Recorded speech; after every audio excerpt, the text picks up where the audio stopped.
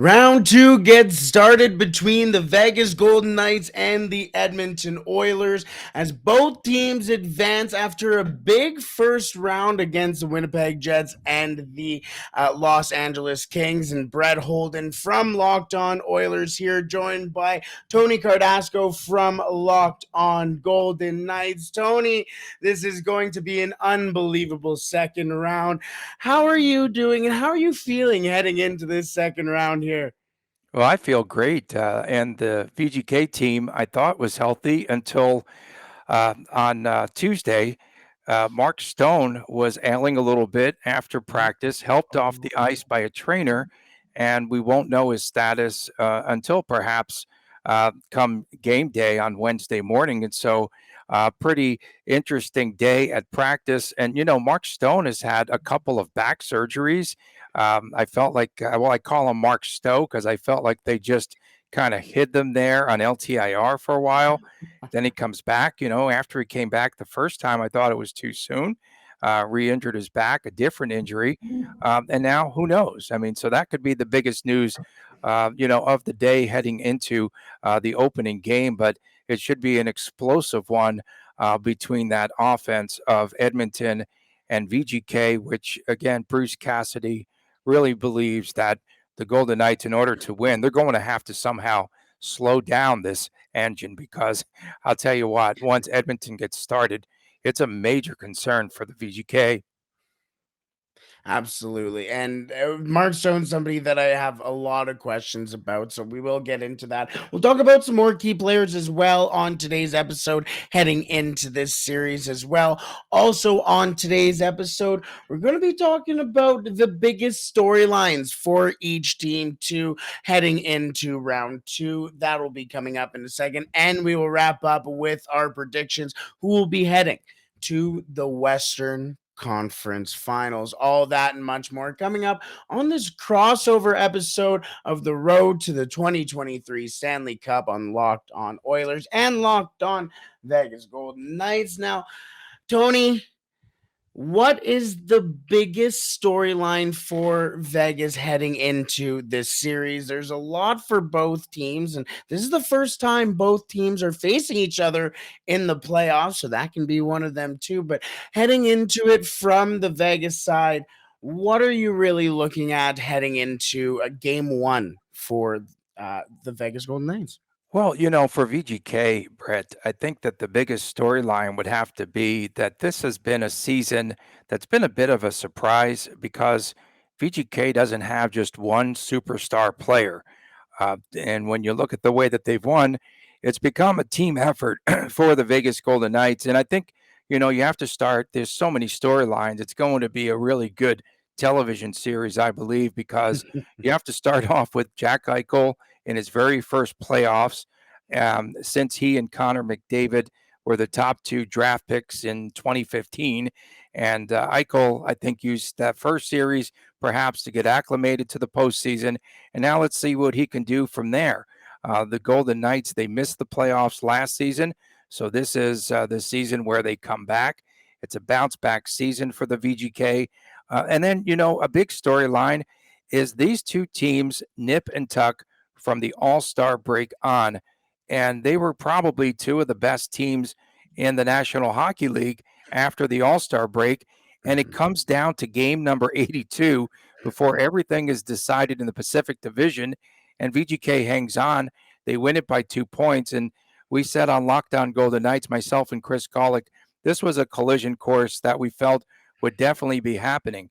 And, when you talk about a team effort, Jack Eichel was the leading scorer with what? 66 points. They don't have the same firepower as Edmonton.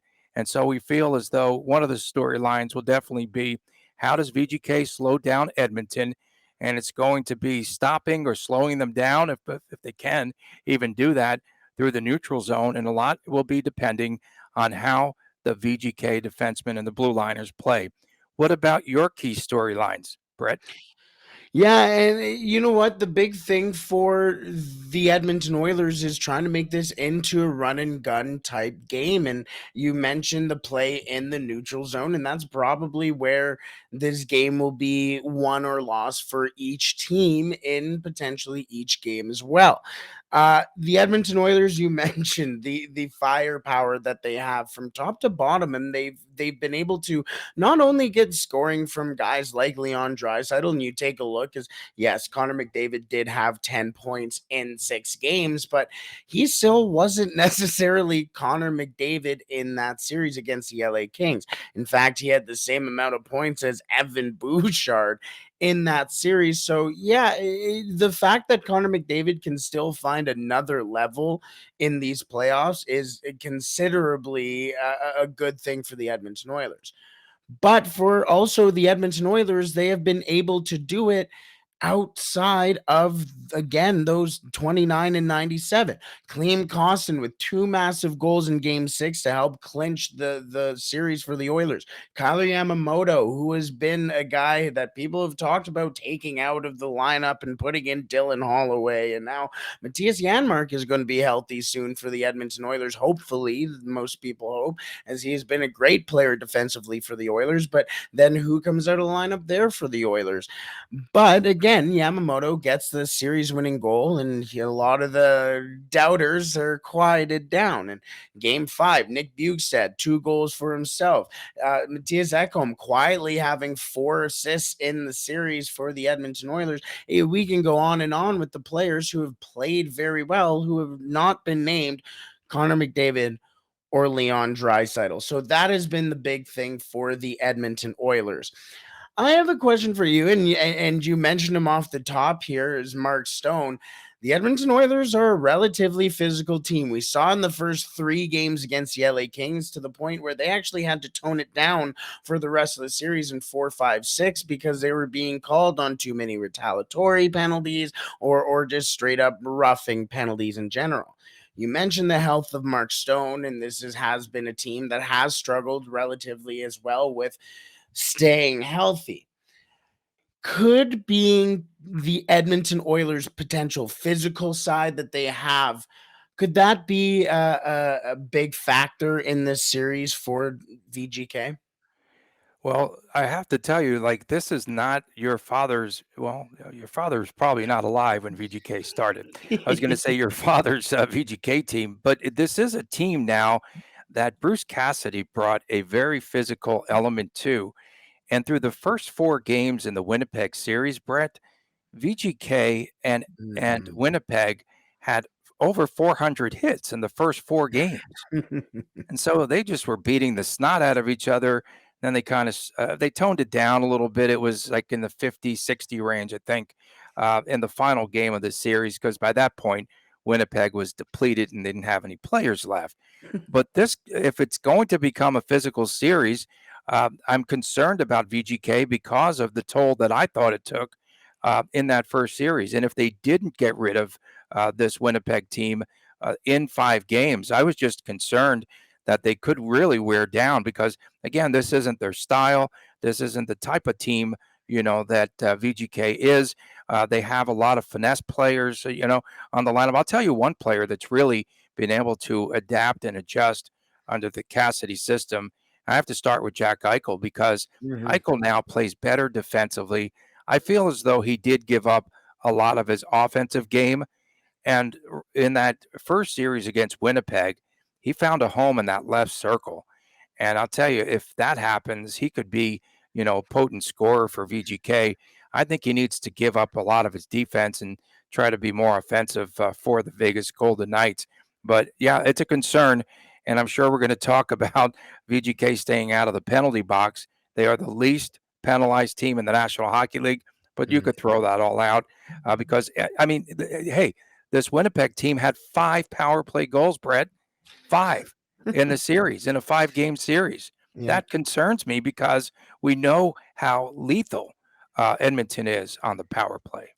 And that was the thing heading into the playoffs too. Is a lot of people said, "Oh, there's no penalties being called in the playoffs." What do you mean? The Edmonton Oilers' biggest weakness going into the playoffs is their power play because you don't see power plays. Well, we saw an influx of power plays and penalties in general in the first round around the NHL, not just in both of our series. So yes, it is going to be a massive thing for the Vegas Golden Knights to stay out of the box, and likewise for the Edmonton Oilers. They also went up against a very potent power play in the LA Kings, and the LA Kings took advantage of that in the 6 games to the point where a couple of times the Oilers blew 2-goal leads, and a couple of the games actually cost them the game. So that has been a thing that the Edmonton Oilers also have to watch out for. The last storyline that I think we should talk about before we move on to some of our key players to watch in this series is also going to be some of the key players to watch in this series as well. But a key storyline that I think once the trade for Jack Eichel happened, everybody wanted to see. And now we are seeing it with the 2015 first overall pick, Connor McDavid, versus the 2015 second overall pick, Jack Eichel, facing off against each other in the playoffs. And we know Connor McDavid is the best player in the world, but there is a real argument for Jack Eichel that if it was for, or if it wasn't for Connor McDavid, Jack Eichel would be a first overall pick in a lot of other drafts. So now we are finally seeing it. Jack Eichel versus Connor McDavid. What are you expecting out of this battle between these two absolute superstars of the game? Well, first of all, I'd like to see if they actually are beating each other, right? I think that that would be pretty interesting because I want to see how they actually play heads up, on each other, and again, who gets the best of the other. And you know that they're going to take this to heart. I think it's going to be a real interesting matchup between the two, and I really look forward to. I think McDavid could get the best of him just because he's just all over the ice and what have you. And I think that Eichel's game now, currently within this system, I should say, is more contained. And I like to see him become more offensive because on so many nights when I watch him live, he is by far, to me, the best player on the VGK team. He's just Mhm. glides, the way he skates, the way he handles the puck. We've often joked here on Locked On Golden Knights about the fact that a lot of the players on the Golden Knights team can't handle his hot passes because he's that good. And he just throws them out in front of the net. A lot of players just can't pick up the puck. So we'll see. I just think he's going to have to play a team game and do what he's been doing all season long. But I also feel for VGK to be competitive. And if they want to win this series, we have to see the best of Jack Eichel. Absolutely. That is unbelievable storylines heading into this second round series. But as we mentioned, a key matchup heading into the round, are headed by key players. And there's a lot of key players heading into this second round. And Tony, I have a big kind of matchup as well in our key players that I want to propose to you, as the Edmonton Oilers are facing off against a familiar face in net in Laurent Brossoit. So that's called a tease. We will talk about that in just a second. But first, today's episode is brought to you by Gametime. Tony, recently I was in Toronto and I was sitting in a certain Canadian cafe establishment that I probably shouldn't mention right now, but we were sitting there and we're thinking about what we should do that day. And just happened to have a Toronto FC matchup against Atlanta United. That morning, we got tickets and we got fourth row in the corner and watched Richie Larea score a beautiful goal, celebrate right in front of us.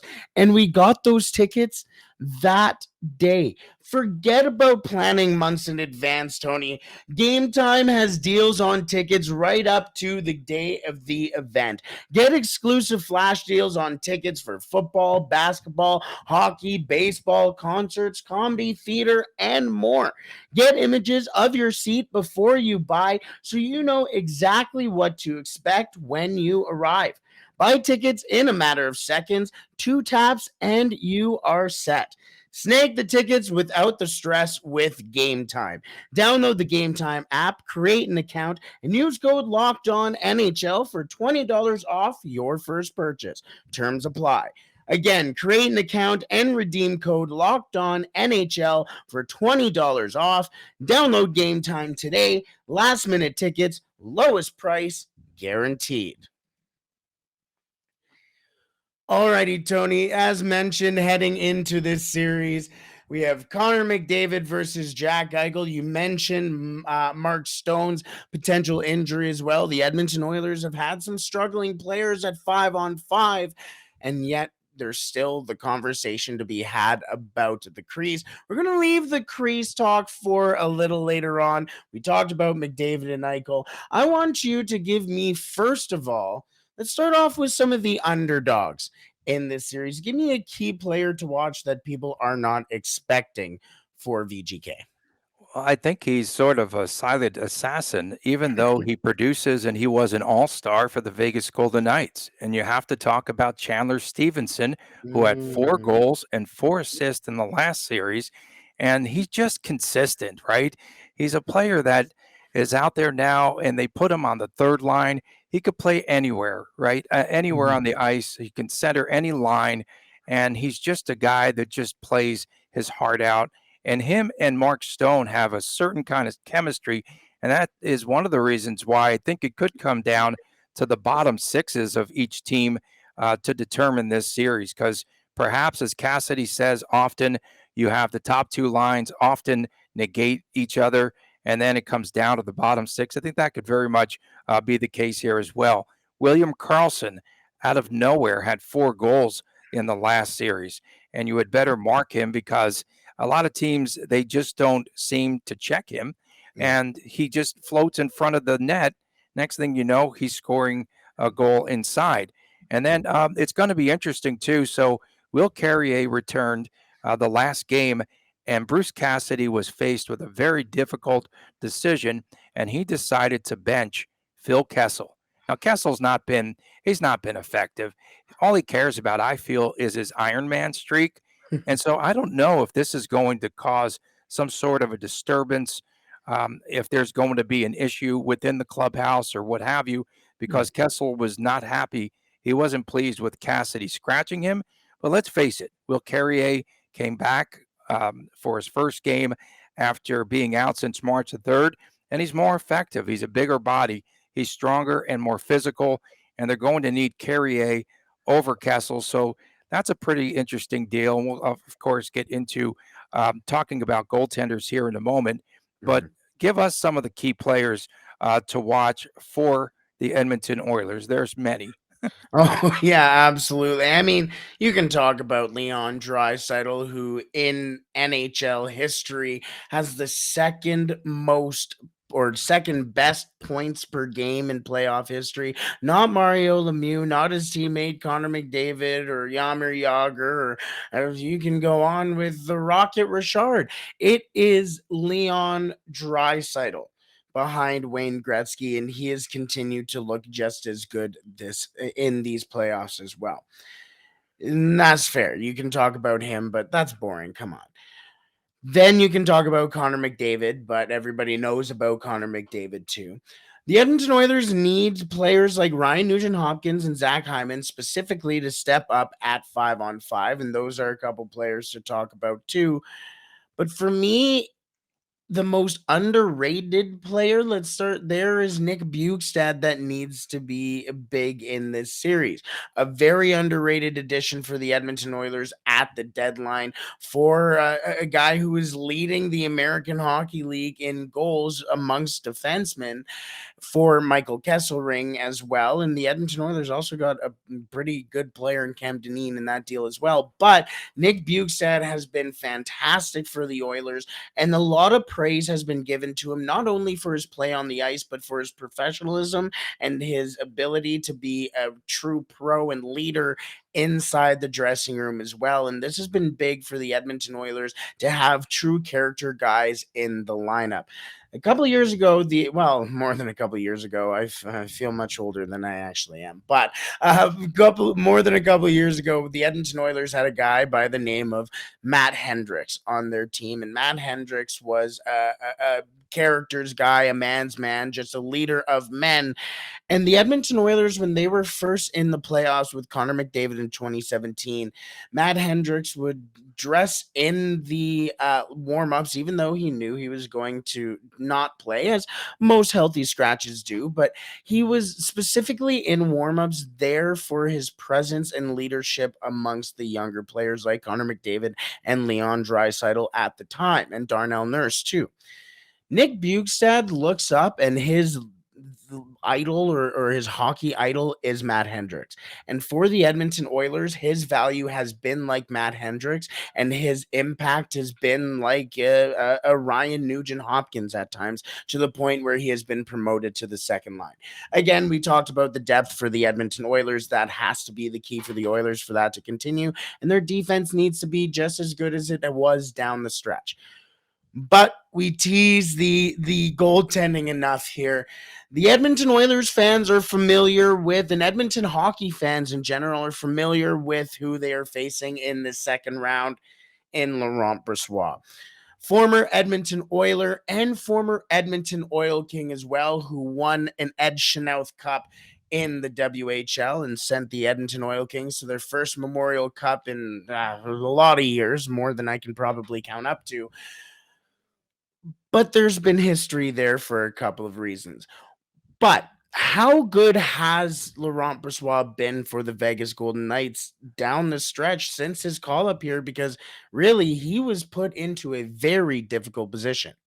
Yeah, it's really crazy, but Sean Burke has done a terrific job with not only Laurent Brossoit, but also with the other goaltenders as well. Hard to believe that Brossoit was a player that was on waivers earlier this season, and now he's starting in the playoffs. So it's a crazy story. But the story for VGK has been its goaltending, for sure. And a lot of that has been predicated on how well the defense plays in front of the goalies. It's crazy, but Edmonton this season, you guys started off against Aiden Hill. You've played against him. And then Logan Thompson, who's still injured now, VGK All Star, came back for one game after the All Star break because he got hurt. And that's it. He can't get back on the ice. Mm-hmm. And then the Brossoit game, which was the one that VGK won. Yeah. And then the Jonathan Quick disaster, where Edmonton scored 6 goals, right? I think in Mm-hmm. that game. And so it's just been a turnstile at goaltender. And suddenly, Brossoit, which is a great story, he's what, 11, 1, and 3, I believe, with VGK this season out of the clouds.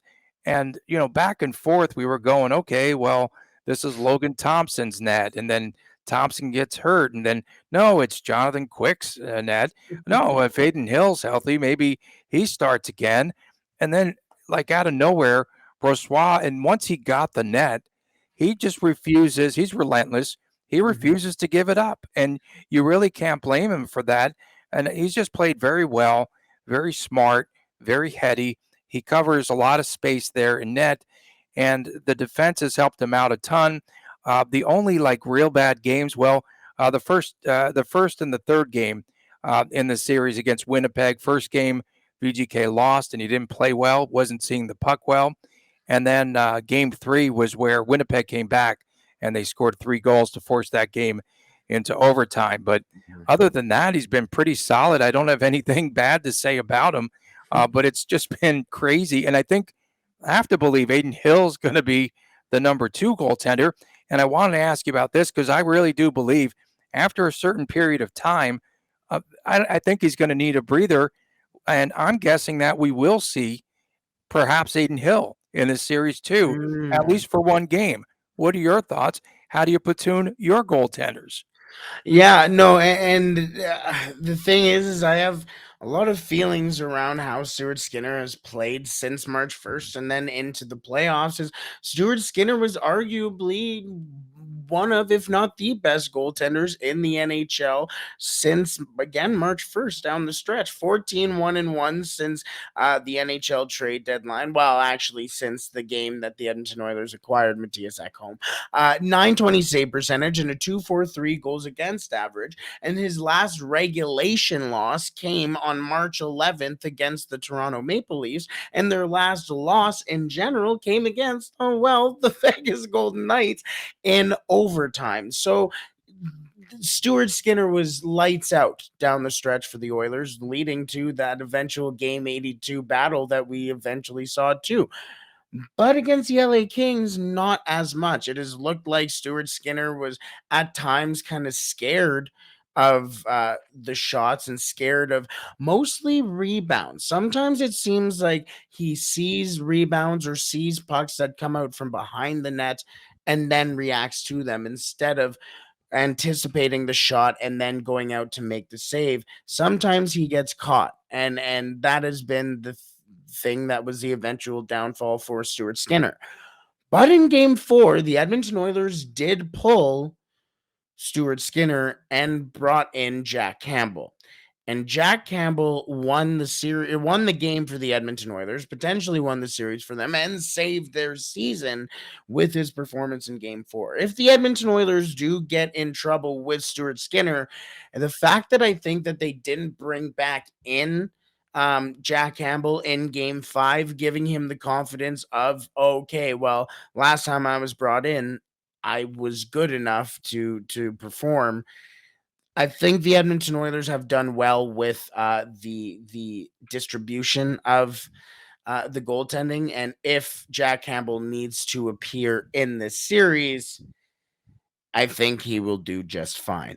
Alrighty, let's wrap up with the key players to watch here that we have been chatting up with. We talked about Connor McDavid. We talked about Jack Eichel. We talked about the goaltending. We talked about the underappreciated players. But let's get to the nitty gritty, the predictions, the burning questions, anything we have left for this series heading into game 1 of the Western Conference semifinals. We will talk about that in just a second. Alrighty, Tony, let's wrap up today's episode with, again, this is the most exciting time of the year. We are coming out of potentially one of the most exciting first rounds in NHL history. Upsets galore, fantastic hockey, fantastic games, fantastic overtime periods, numerous game 7s. How can round 2 follow that up? And how can this series between the Edmonton Oilers and the Vegas Golden Knights, potentially the two favorites to win the Stanley Cup coming out of round 2, what do you see coming out of this series, and how can both teams follow up in an absolutely bonkers first round? My prediction is Oilers in 6 because I just Whoa. feel that there's just too much scoring, and we have yet to see the Vegas Golden Knights traditionally. What we have seen in past previous cup runs out of the Golden Knights is sooner or later they hit this funk where they can't score. They can't score goals. They're going to have to score goals, and they're going to have to try to match, I think, what Edmonton can do. Riley Smith and Jonathan Marchessault did not score goals in the last series. And so that is of a great concern to me, because if they don't score goals in this series, you might as well stick a fork in them, and it could be rather early. It's going to depend, I think, this series on the defensive depth of VGK. They're going to have to not only play well defensively, but they have to join the rush, and they're going to have to be offensive. The health of Braden McNabb, he has a rib injury, and he missed the final game of the Winnipeg series, and now he came back. He's back on the ice. He returned to the team on Monday, but who knows what his health is like. We'll see Ben Hutton if he cannot play, and Shea Theodore was ill. He was sick for the final game of the Winnipeg series, so he should be back as well. I think it comes down to the third line, perhaps, or the bottom 6. I really do. I just think that it's going to be a bottom 6 series, and we're going to have someone that steps up.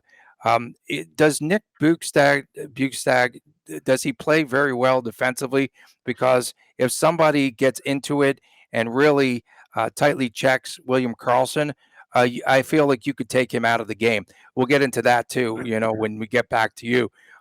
X factor, I would have to say, Michael Amadio had a game-winning Mhm. goal in one of the series wins for the VGK against Winnipeg in overtime.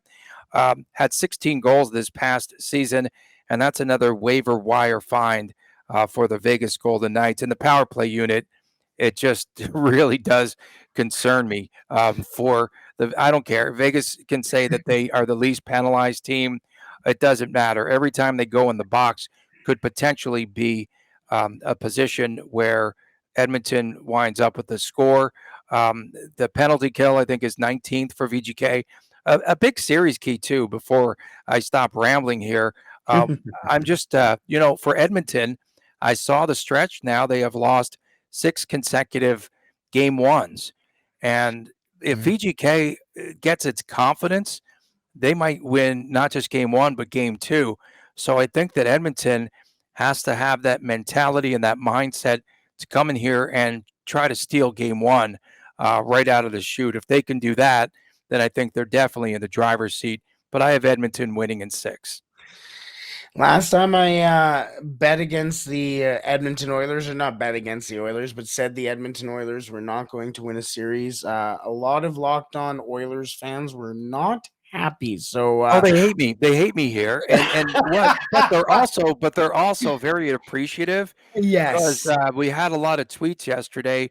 We said our predictions would be coming out on the show that aired today, and Yeah. yesterday, I mean on Tuesday, and a lot of the fans were like, "Please, please pick the Oilers," because my record has just been really bad. Oh, so a little reverse psychology here. Yeah, I yeah, like it. I yeah. like it. Yeah, no, fair enough. Fair enough. You know what? I'll get it out of the way. I do think that the Edmonton Oilers do win this series. I think outside of Vegas, it is the Edmonton Oilers Stanley Cup to win. Yes, the Maple Leafs are very good, but the Edmonton Oilers, just ever since the addition of Ekholm and Bukestad, the Edmonton Oilers are just heads above most teams in the NHL. And now that defending cup champs are gone and the best team in the regular season is gone, and you can go on and on and on about the teams who are not there anymore, I think the Edmonton Oilers are the team to beat. So going off that ideal, I guess, or ideology, or whatever you may come about, I think the Edmonton Oilers do win this series. I 6 games I think is fair. I could see again if the Edmonton Oilers do hit their stride. Last time these two teams played, we haven't really mentioned. Yeah, it's Jonathan Quick allowed 6 goals, and Laurent Brossoit allowed one in the third period as well. So the Edmonton Oilers did score a touchdown and the conversion as well in the last time these two teams played. And the thing about that too is that it came at the T-Mobile Arena, and that may be a factor for the Edmonton Oilers, but that is an unbelievable arena. So we'll see. It's not something that the Edmonton Oilers are used to in the playoffs because this is the first time that these two teams have met, and I know that arena is absolutely bumping in the playoffs. So there's that point. But you mentioned Nick Bukestad as well, and he's one of those key acquisitions for the Edmonton Oilers. Yeah, Nick Bukestad is a good defensive forward for the Edmonton Oilers in the playoffs so far. So I'm not a big analytics guy, but there's only one analytic that I kind of stand by, and it's goals for per 60 minutes and goals against per 60 minutes, which basically puts everybody on the same platform. If you were to play 60 minutes, how do you uh, impact the game offensively or defensively? Nick Bukestad so far this year, his goals against per 60 minutes in the playoffs sits at 0. Mm. Since being acquired by the Edmonton Oilers in the regular season in 19 games, he was the second best Edmonton Oiler behind none other than Devon Shore at goals against per 60 minutes at a 1.62. Trailing him was Matthias Ekholm at 1.63. The Edmonton Oilers have made acquisitions that not only have made them better in the neutral zone in their own end, as well as preventing goals, but these players have also helped with the transition game for the Edmonton Oilers, their play with the puck. Matthias Ekholm has made Evan Bouchard miles better. It was unbelievable. He looks like a 10th overall draft pick where he was selected, or 8th. I believe he was 10th overall because I believe Broberg was 8th. It's one of those two. Flip them around. Here we are. But he looks like that draft pick that everybody expected him to be.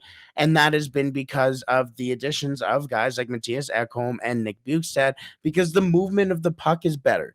The Tyson Berry chains are no longer on Evan Bouchard, and he helped lead the Edmonton Oilers to a historic power play, like you mentioned, and just the ability to see the growth of this team. Matthias Janmark is going to be healthy for the Edmonton Oilers at some point in these playoffs. And Matthias Janmark has been quietly the Edmonton Oilers' best, or one of the Edmonton Oilers' best defensive forwards. At times was playing top 6 minutes with Ryan Nugent-Hopkins and Leon Draisaitl, and has played unbelievable hockey and was thoroughly missed by the Oilers in the first round. So he's another player that the Oilers really will need to see a lot of.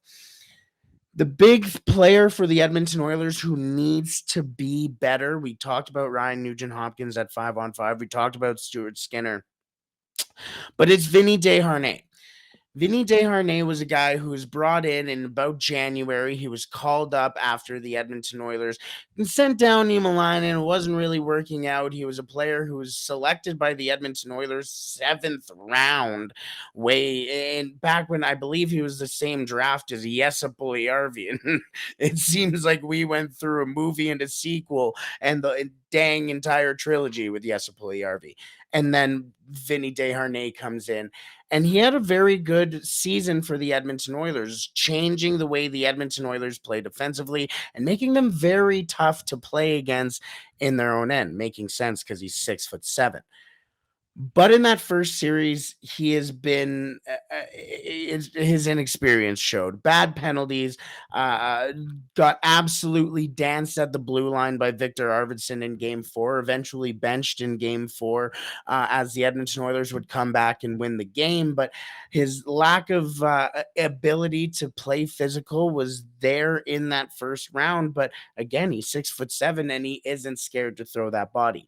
I think he is going to be a quiet player to watch, an X factor potentially, if he's able to be, like you mentioned, if William Karlsson or even if Mark Stone is banged up in this series and he goes up in a board battle against the Iron Giant, I mean, what else are you supposed to do? So I think there's a lot of big things for literally for the Vegas Golden Knights to watch out for the Edmonton Oilers defensemen. Well, another area of concern is Evander Kane. Yeah. He'll have an extra day perhaps to try to pick up a marker here at one of the casinos. Oh, there it is. No, but I mean, if you do battle strength against strength on that top line, and you have Kane battling Stone, that could get rather gnarly. To be quite honest with you, and just again, Kane with the forecheck, he's been an absolute beast. And I heard McDavid say how Kane has helped to keep the puck alive and in the zone, and then they can just finish it off. And so that definitely concerns me as well. The matchups to me don't really look that great on paper for the Vegas Golden Knights. And I just have to be honest about it. I'm taking Edmonton again in 6. Fair enough. Hey, but as we've seen all over the NHL in these playoffs, a lot of things have shocked us everywhere. So, Tony, appreciate it again. We are in the midst of one of the best playoffs ever, and that is not going to end when the Edmonton Oilers and the Vegas Golden Knights face off in the Western Conference semifinals in Game 1 in Vegas. I can't wait. Thank you so much for joining me today. Thanks, Brett. Appreciate it.